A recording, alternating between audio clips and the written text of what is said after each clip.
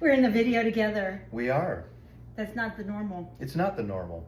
It's usually you or me. Correct. Not us together. But we're going to do one together today. Good. So what are we making today? Well, being at the day after Thanksgiving, Woohoo! I've still got the carcass and various pieces, parts from the turkey from yesterday. And so I was tired and I'm like, you know what? I'm not dealing with it. I'll do something with it tomorrow. And since today is tomorrow, we're gonna do something with it. Gosh, that makes sense. This has made sense in my mind. So we're gonna make stock.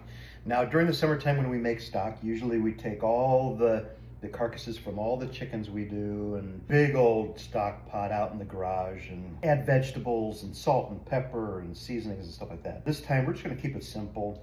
I've got pieces, parts, and probably not gonna take a whole lot off, honestly, but we've got the carcass.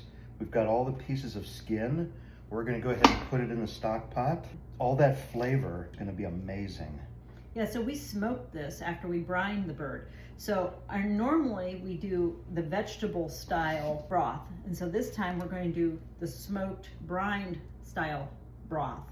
And it's going to give us a different flavor, a different profile than what we normally would get. So we're kind of excited to try this because it's so different. And we'll be able to use this different ways than what we normally do in our cooking on our day-to-day basis. Yeah. And of course, we have to add the chicken feet since we have plenty of them. We're gonna add, because that gives us extra collagen in the broth. Yeah, there's a lot of collagen in chicken feet.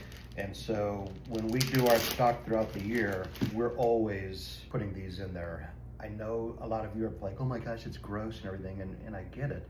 But actually, my grandmother, that was the part that she always liked the best. Growing up, my grandparents would butcher chicken. I would help them, and we did it old school where Grandpa would have a chopping block and an axe, and he'd kill the bird, and my job was to make sure it didn't go running around, because if you didn't, and there was one time where I didn't do a good job, it literally ran around like a chicken with its head cut off. It was kind of funny, but it was kind of gross. Well, I remember when we were first married and we were living with your mom, and I got into the freezer and I thought, oh, chicken, and I pulled out chicken, and here was chicken feet, and I was big pregnant with our first son, and I got grossed out. I've come a long way, babe, a long way. Yes, because you have. Yes, you have.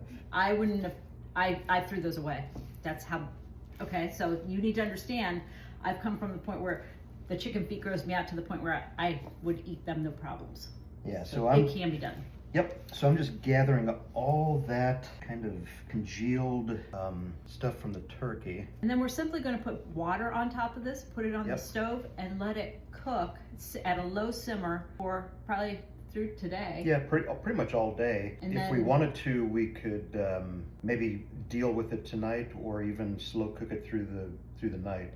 Typically, when I'll do a big batch, it's going to be at least one full day. I'll throw everything in the pot, get it up to just a very light simmer, and just let it go for like 24 hours. You don't want to go too much longer than that, because I have made that mistake once, and it went bad.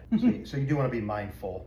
You know, this is... And you want to keep it at a simmer. You want to get it up to a boil and then bring it back down to a simmer, because that's when you cook the meat. And yeah, and I think that's what happened that time, was we didn't really get it up to temperature. Yes. The eye of we didn't get it up to temperature. Because it's a propane tank, and I don't mess with it, so that's on him. Not to be mean, but I don't mess with that one. Nope. So we're making stock, and so if you have a carcass, miscellaneous bones and stuff from your bird, why don't you make some stock? It's really good. We try to have a cup of chicken stock every morning, and it's good for your health. So this is John. And Kelly. Signing off from Yellowknife Homestead. Hey, we're together. See you later.